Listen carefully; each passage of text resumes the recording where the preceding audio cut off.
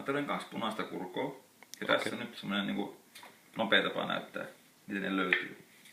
Nice. Joskus jää käteen, joskus ei jää. Ei ole olennaista. Okei. Ja mä nyt teen silleen, että mä käyn teille läpi ja sanon stop milloin ikinä haluat. Stop. Okei, hyvä. Ja muista tuo kortti. Joo, muistan. Sulla sä muistat sen. Se on muistas. Mä pistän sen vielä tuohon noin. Okei. Ja joo. Hetkinen, katsotaanpa se. Otetaan tuonne noin.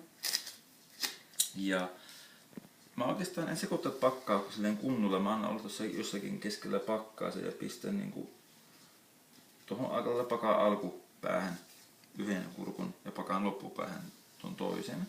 Joo.